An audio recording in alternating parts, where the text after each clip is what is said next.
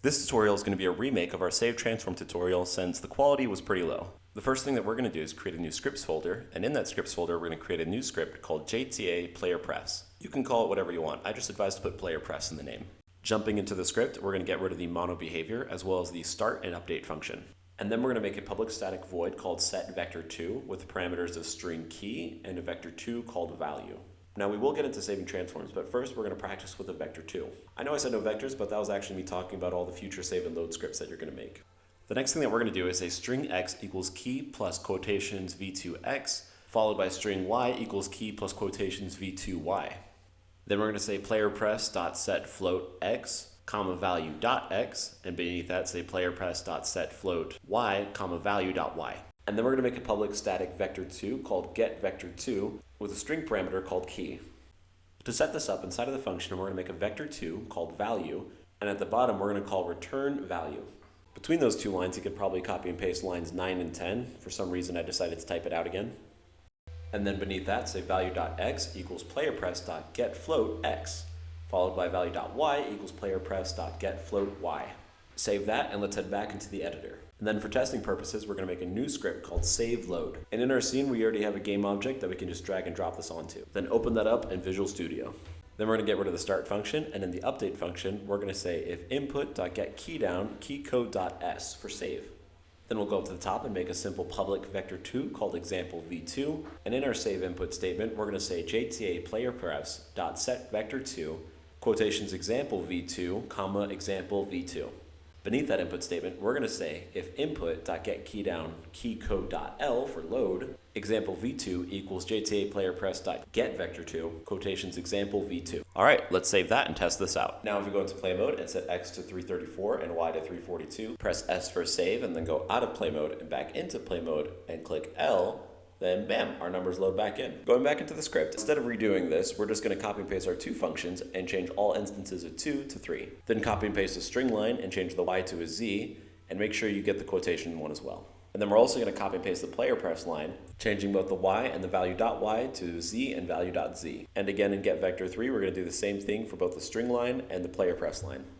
Then we're going to go back into our save load script, and we're going to copy and paste the vector2 example v2 and change its name to example v3. And then we're going to copy and paste both of the JTA PlayerPrefs lines, and then change all of the v2s to v3s and the two vector2s to vector3s. And I don't know how I missed this, but make sure you make example v3 an actual vector3. And in the example, you'll see that yes, it is a vector2 because, again, I missed it, but it'll work the same way, I promise. Testing this, we're just going to load in the previous vector2's numbers, and we're going to change the x and y for vector3, and then we're going to save it, close out of play mode, go back in, and then load it, and bam, x is 56 and y is 65 again. Now that we're done testing this, we're going to go back into JTA PlayerPrefs, and we're going to copy and paste the setVector3 and the getVector3. And then we're going to change the name of these functions to setTransform and getTransform. Make sure you change the vector3 to an actual transform, and then we're going to change string x, y, and z to string p, e, and s for position, Euler angles, and scale. For the second half of the strings, we're going to change them to tp, te, and ts. Now instead of playerprefs.setFloat, it's just going to be setVector3, parentheses p, comma value.position, and we're going to change the next two lines to also be setVector3, parentheses e, comma value.Euler angles, and then the next one will be parentheses s, comma value.local scale. Now the reason that we're using local scale as opposed to global scale is because global scale, otherwise known as lousy scale, is read-only. Now in getTransform in our parentheses, we're going to add a comma transform called value. Just so we don't cause any data bleeding, we're going to change this from public static vector3 to public static void as opposed to a public static transform. Next, we're going to get rid of the return value and the vector3 value. Next, we're going to copy and paste our string lines in the setTransform into our getTransform. Next, we're going to change this line to value.transform.position equals getVector3, parentheses p. Then we're going to copy that line and paste it over twice after it. And then we're going to change it from getVector3, parentheses p to getVector3, parentheses e, and parentheses s respectively. And then for our second value.transform.position, we're going to change it to transform.Euler angles. And for the third, it'll be transform.local scale. Now to test that, we can save that and go back into our save load script and make a new public transform called player. And then in our first if statement, we're going to say JTA playerprefs.setTransform, parentheses, quotations player, comma player.